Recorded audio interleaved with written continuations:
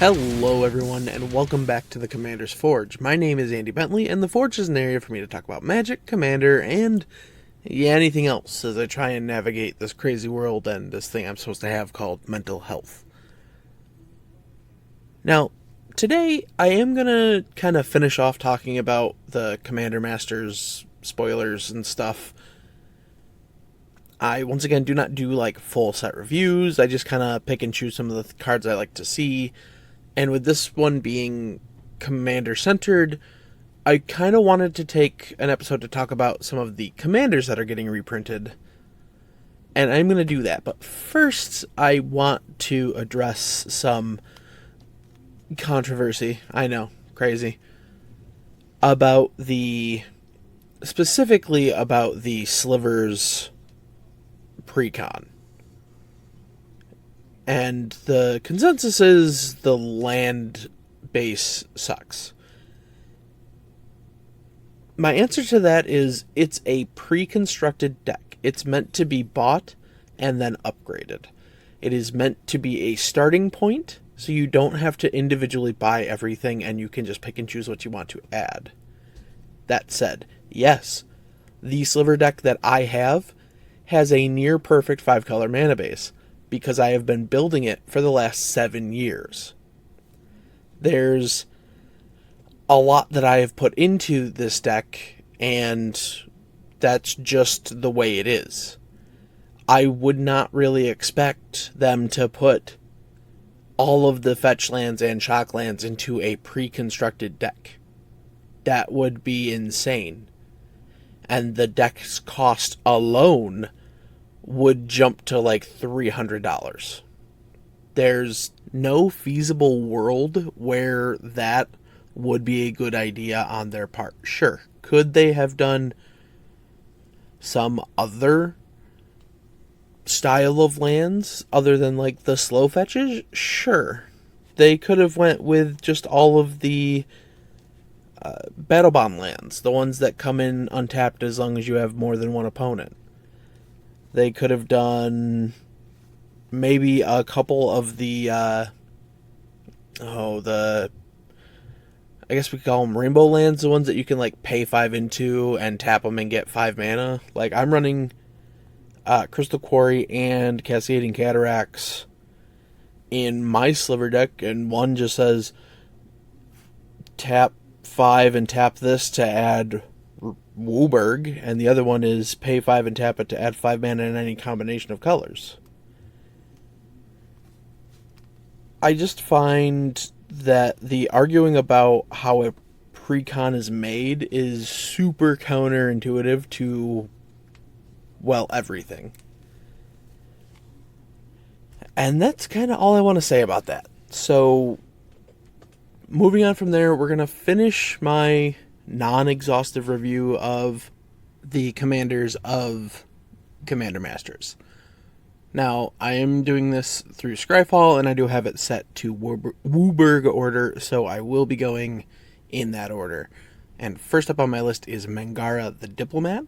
It's 3 and a white for a 2/4 human cleric. It has lifelink, and whenever an opponent attacks with creatures, if 2 or more of those creatures are attacking you, and or planeswalkers you control, draw a card. And whenever an opponent casts their second spell each turn, draw a card. This is it's a great card. It will hopefully be dropping to under $10, and yeah, I'm happy to see it here. Next up in white we have Heliod Suncrowned. It's 2 and a white for a 5/5 god. It is indestructible. As long as your devotion to white is less than 5, it isn't a creature, and whenever you gain life, put a +1/+1 counter on target creature or enchantment you control, and for 1 and a white, another target creature gains lifelink until end of turn. This is most commonly known for the infinite spell combo of giving the Walking Ballista lifelink, because then you shoot something, it gains you a life, you put the counter back on the ballista, all that jazz. Just a good, solid reprint. And yeah. Now, we're going to move into blue. And the first blue one I want to talk about is Kaho Minamo Historian. It's a 2 blue 2/2 human wizard. When they enter the battlefield, search your library for up to 3 instant cards, exile them, and then shuffle, and then you can pay X and tap them to cast a spell with mana value X from among the cards exiled this way without paying its mana cost. So, it's a wizard that I was not aware of that I want for my Adeliz Wizards and spell slinging deck. And that's it. That's all there is to it. I didn't know it existed, now I do. Cool. Moving on. Urza, Lord High Artificer. 2 blue for a 1/4 human artificer. When it enters the battlefield, you make the 0/0 colorless construct artifact token that gets the +1/+1 for each artifact you control, colloquially known as the Karn Struct, because the first card that made those artifacts was a Karn Planeswalker. So, Karn Structs. You can tap an untapped artifact you control to add blue, pay 5, shuffle your library, then exile the top card. Until end of turn, you may play that card without paying its mana cost. So it's very strong. It's one of those cards that I don't know if I actually want to build it, but it would fit very nicely into a couple of other decks that I have made or I've been thinking about making, and it's just going to be a good time to pick them up. And okay, from there we're going to move into black, and first up there I have Erebos, Bleak-Hearted, which is 3 and a black for a 5/6 god. It has indestructible. As long as your devotion to black is less than 5, Erebos isn't a creature. Whenever another creature you control dies, you may pay 2 life. If you do, draw a card. You can pay 1 and a black and sacrifice another creature to give target creature -2/-1 till end of turn. Again, is this the most exciting card in the set? No, but it's one of those I never had really a chance to pick it up, and now I do, so I'm going to. And I mean, it forever fits into aristocrat decks, right? So, yeah, that's all I got to say about it. And we're going to round out black with Shirei Shizo's Caretaker. It's 4 and a black for a 2/2 spirit. And it says, whenever a creature with power 1 or less is put into your graveyard from the battlefield, you may return that card to the battlefield at the beginning of the next end step if Shirei Shizo's Caretaker is still on the battlefield. To anybody who has not played against a Shirei deck, it is disgusting, even if you're doing, like, the fair stuff. And it does lots of insane stuff.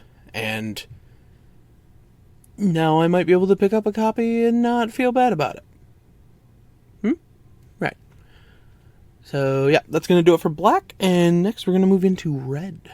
And for red, nice and simple. We're going with Grenzo and Neheb. Grenzo Havoc Raiser is red for a 2/2 Goblin Rogue. Whenever a creature you control deals combat damage to a player, choose 1, goad target creature that player controls, or exile the top card of that player's library. Until end of turn, you may cast that card, and you may spend mana as though it were mana of any color to cast that spell. This has consistently just been a $20 card for a long time. So that's it. I'm just happy that I might be able to get a cheaper version here. And quite similarly with Neheb the Eternal, which is 3 red for a 4/6 zombie Minotaur Warrior with Afflict 3, and at the beginning of your post-combat main phase, add red for each 1 life your opponents have lost this turn. It got very expensive after it came out, and it has not seen a reprint, and now it hopefully will go down in price. It is still a mythic, but you know, it's got different versions of it, so maybe that will help drive down the price of the normal ones. But yeah, that's what I got for that. And to keep this train moving, we're moving right into green. The first one that caught my eye here is actually Omnath, Locust of Mana. It's 2 and a green for a 1/1 elemental. You don't lose unspent green mana as steps and phases end. And Omnath, Locus of Mana, gets +1/+1 for each unspent green mana you have. So it's just a green mana bank. And now I can hopefully pick one up for relatively cheaper than it has been for a couple of the green decks I have that tend to have more lands than I know what to do with. And the other one I want to talk about here is Selvala, Heart of the Wilds. She is 1 green for a 2/3 elf scout. Whenever another creature enters the battlefield, its controller may draw a card if its power is greater than each other creature's power. And more importantly, you can pay a green and tap her to add X mana of any combination of colors where X is the greatest power among creatures you control. Again, this is just... it was in one of those conspiracy sets, and it has dodged many reprints, and we're getting it again. So I'm happy for the people that will be able to pick it up now. Now, as I move into the multicolored stuff, I did think about the idea of maybe going over one for each color pair, but I don't want to take that much time. So I'm actually just going to pick and choose my way through there and talk about a few of them. The first one I want to talk about is Zalortha Strength Incarnate, which is 3, a red and a green, for a 7/3 dinosaur with trample, and lethal damage dealt to creatures you control is determined by their power rather than their toughness. Now, part of the whole reason why I want to mention this is because this is the first time we're actually getting a Zalortha Strength Incarnate card. The first version was a Godzilla card and did not have an in-universe counterpart, and now we do. So, yay, and all that jazz. Now, the next one I want to talk about is Mirri Weatherlight Duelist, which is 1, a green, and a white, for a 3/2 cat warrior with first strike. Whenever Mirri Weatherlight Duelist attacks, each opponent can't block with more than one creature this combat, and as long as Mirri Weatherlight Duelist is tapped, no more than one creature can attack you each combat. It was one of those commanders that just... where was it ever going to get reprinted, right? And that's the same for a lot of these multicolored ones, like the commander-specific ones like Mizzix of the Ismagnus and Marin of Clan Nel Toth. This is the best place they have to reprint something like that, because they don't have to worry about, randomly adding experience counters to another precon, right? Alright, now I do want to talk about Boros, because in Boros we did get Gisela, Blade of Gold Knight, which is 4 red, white, for a 5/5 angel. It has flying and first strike. If a source would deal damage to an opponent or a permanent an opponent controls, that source deals double that damage to that player or permanent instead. So this does include our opponents hitting each other. Now, if a source would deal damage to you or a permanent you control, you prevent half of that damage rounded up. So, Blade, Gisela, people don't want to attack into you because your stuff is going to hit them really hard. Their stuff isn't going to hit you at all.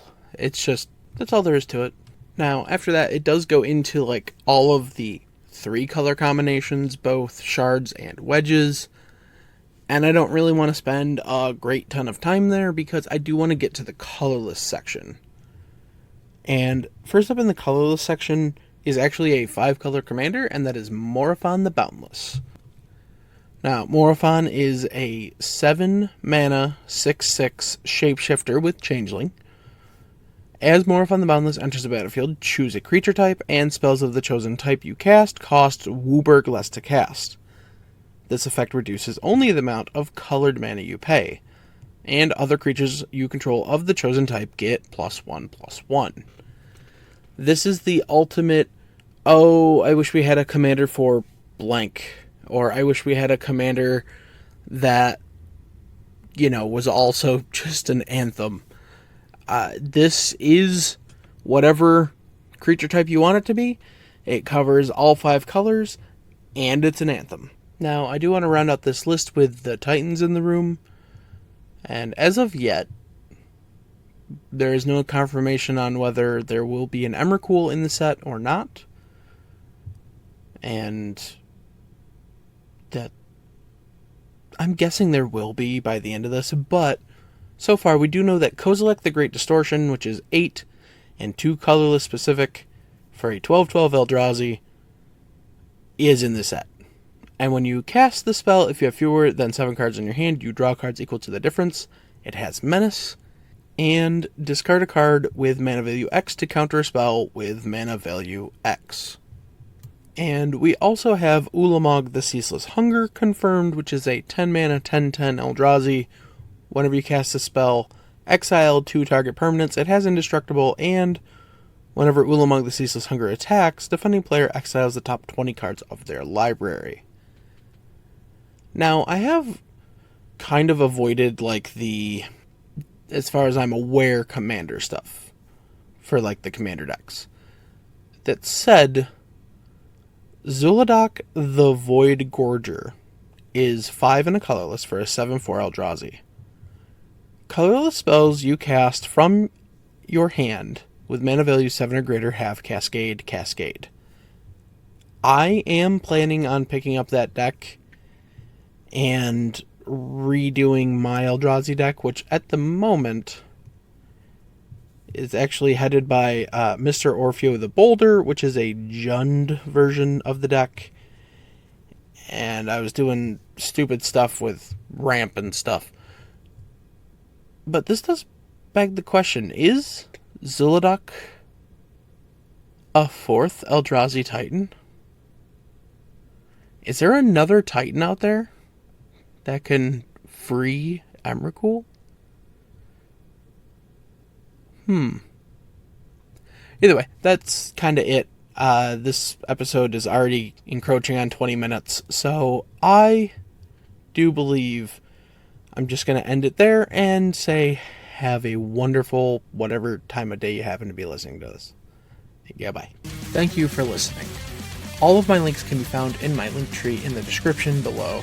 I would like to thank Ian Foss and Cody Mulpey of the band The Crypt for allowing me to use music for my opening and ending, along with Nate and Erica Jacobs for making my original logo. And I would also like to thank Christina McNichol for creating my new logo. And I'll see you next time.